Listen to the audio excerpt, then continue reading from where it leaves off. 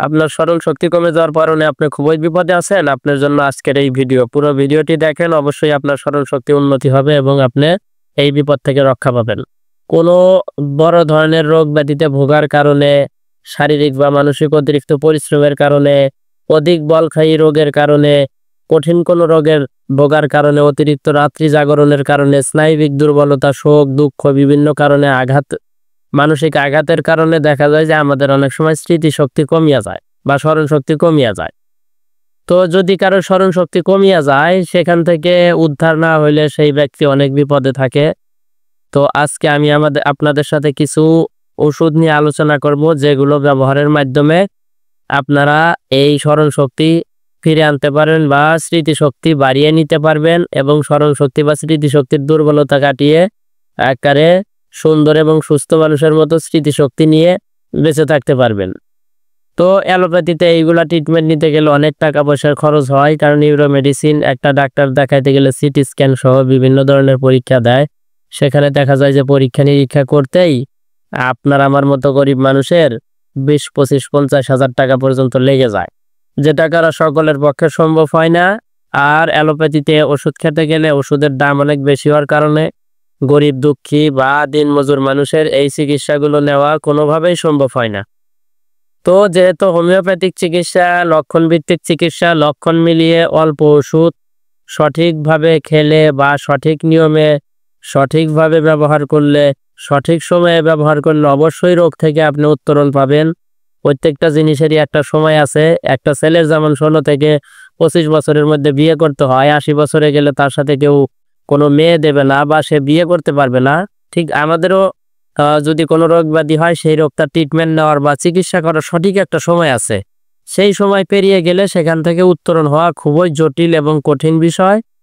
তো এই জন্য আমরা সবসময় চেষ্টা করব কোনো রোগ নিয়ে আমরা অবহেলা করব না, ছোট হোক বড় হোক, আমরা সেটা যে কোনো একটা ডাক্তারের সাথে পরামর্শ করে সেটা চিকিৎসার মাধ্যমে সুস্থ এবং সেটা ভালো করার চেষ্টা করব।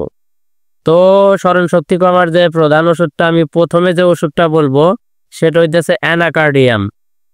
হঠাৎ যদি কারোর স্মৃতিশক্তি কমিয়া যায়, এইমাত্র একটা কথা বললো, পরে সে কথা আর মনে রাখতে পারতেছে না, ভুলে গেছে, মানে কিছু মনে রাখিতে পারে না, এইমাত্র বলছে একটু পরেই ভুলে গেছে, তাহলে বুঝেন এইমাত্র একটা কথা বললো একটু পরেই মনে নেই।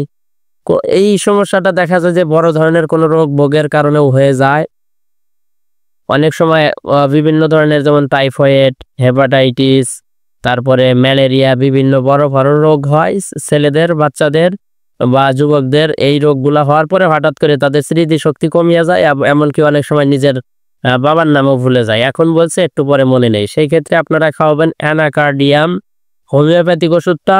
এটা 30 শক্তির ওষুধ, সকালে 1 ফোঁটা, দুপুরে 1 ফোঁটা, রাত্রে 1 ফোঁটা, এভাবে 3 মাস পর্যন্ত খাওয়ানো যেতে পারে। এভাবে খাওয়ালে ইনশাল্লাহ আস্তে আস্তে স্মৃতিশক্তিটা পরিবর্তন হয়ে যাবে।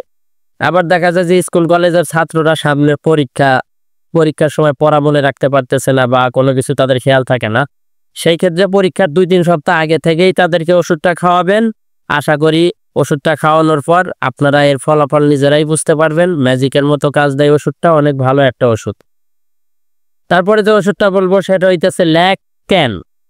ল্যাকক্যান ওষুধটা কারা খাবেন? লিখতে গিয়ে ভুল করে যারা, এক বিষয় লিখতে গিয়ে অন্য বিষয় লিখে ফেলে, দোকানে ক্রয় করা দ্রব্য ফেলিয়া রাখে, দেখা গেল দোকান থেকে একটা জিনিস কিনছে, ফেলে রেখে চলে আসছে, মনে নেই নিয়ে আসার কথা।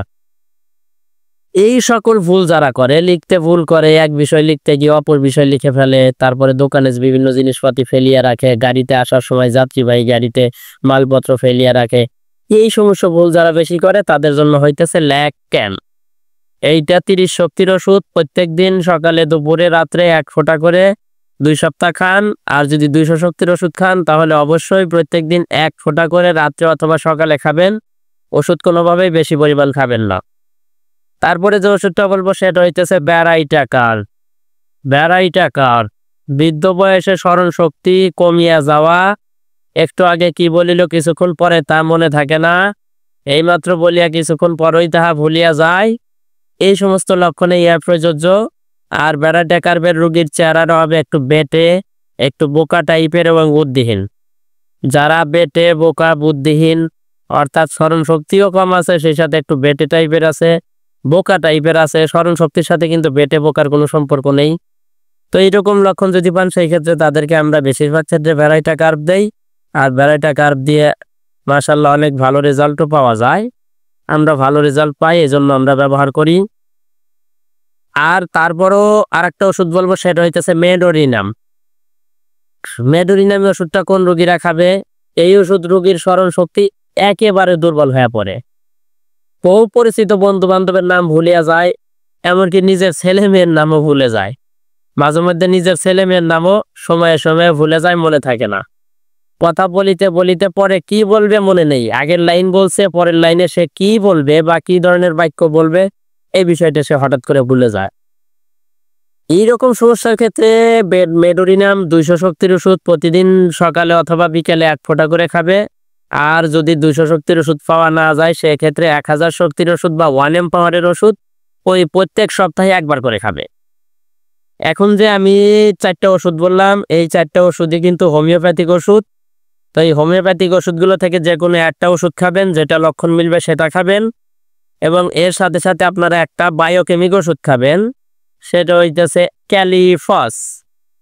ক্যালিফস ওষুধটা খাইলে তাদের এইটা বায়োকেমিকটা সাপোর্টিং হিসেবে কাজ দিবে। এবং বায়োকেমিক ওষুধ যেহেতু খনিজ লবণ, আমাদের শরীরে বিভিন্ন খনিজের ঘাটতির কারণে বিভিন্ন সমস্যা হয়। আর বায়োকেমিক ওষুধগুলো এই খনিজের ঘাটতি সম্পূর্ণভাবে ফিল আপ করে দেয়, যার কারণে এই ওষুধটা আসলে মূলত ওষুধ হিসাবে বলা চলে না, এটা এক ধরনের ফুড সাপ্লিমেন্ট বলা চলে। মানে খাদ্যে ঘাটতি যেমন আমরা খাবার খেয়ে যেমন আমাদের দেহ পরিচালিত করি, দেহের বিভিন্ন ঘাটতি ফিল আপ হয়, এই বায়োকেমিক ওষুধগুলো তেমনি খনিজ লবণ এবং ফুড সাপ্লিমেন্টের মতো কাজ দেয়। এটা খনিজ থেকে তৈরি ফুড সাপ্লিমেন্ট, মানে খাদ্য ঘাটতি পূরণ হিসেবে কাজ দেয়। দেখা যায় যে আমাদের দেশের বেশিরভাগ লোক 1000 টাকার ওষুধ কিনে খেতে পারে, কিন্তু 40 টাকা বা 50 টাকা দিয়ে একটা পেঁপে কিনে খাবে না। 100 টাকা কেজি দুধ হলে সে খাবে না, 1000 টাকা কেজি মধু হলে সে খাবে না, অথচ একটা ট্যাবলেট কিনে খাবে 50 টাকা দিয়ে। একটা হাঁসের ডিম সে 15 টাকা দিয়ে কিনে খাবে না। হাঁসের ডিমে ক্যালসিয়াম এবং বিভিন্ন ধরনের প্রোটিন মিনারেল আছে, কিন্তু সে একটা ক্যালসিয়াম ট্যাবলেট 20 টাকা দিয়ে কিনে খাবে। এরকম অনেকেই করে। তো তাদের উদ্দেশ্যে বলতেছি যে আপনারা যত ধরনের ওষুধই খান না কেন, আমাদের শরীরটা পরিচালনার জন্য কিন্তু ফুড অর্থাৎ খাদ্যই হইতেছে মূল উপাদান। কারণ 32 কেজি খাদ্য থেকে 700 গ্রাম রক্ত তৈরি হয় এবং 700 গ্রাম রক্ত থেকে 15 গ্রাম বীর্য তৈরি হয়। যাদের ওই বীর্য সমস্যা বা সেক্সুয়াল সমস্যার কারণে আপনারা কিন্তু ওষুধ খাইতে খাইতে খাইতে খাইতে একবারে ডাক্তারের কাছে যাইতে যাইতে পায়ের জুতা ক্ষয় করে ফেলেন, তাদেরকে বলবো আপনারা আগে সঠিক নিয়মে সঠিকভাবে 3 বেলা খাবার খান। সেই সাথে সাথে উচ্চ ক্যালোরিযুক্ত খাবার খাইতে পারেন, যেমন কাজু বাদাম, কাঠবাদাম, পেস্তা বাদাম, কলা, বিভিন্ন ধরনের ফল, কিশমিশ। এইগুলো যে আপনাদের কেজি কেজি বা বস্তায় বস্তায় খেতে হবে তা না, আপনারা একটা দুইটা 100 গ্রাম 20 গ্রাম 10 গ্রাম সামর্থ্য অনুযায়ী খান, তাতে কোনো সমস্যা নেই।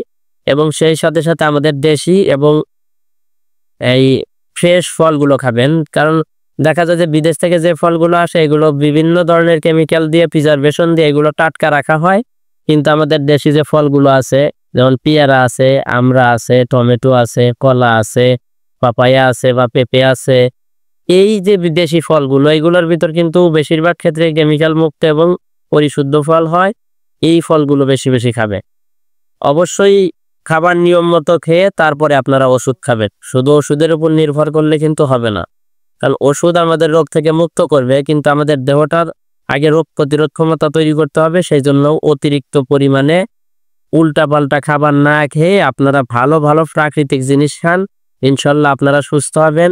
আপনাদের সুস্থতাই আমার একান্ত কাম্য। আপনাদের সকলের সুস্বাস্থ্য কামনা করে আজকের ভিডিও এখানেই শেষ করতেছি। যে কোনো ধরনের রোগের পরামর্শ লাগলে আপনার স্ক্রিনে দেওয়া নাম্বারে যোগাযোগ করবেন, অবশ্যই আপনাদের পরামর্শ দেওয়ার চেষ্টা করব। খোদা হাফেজ।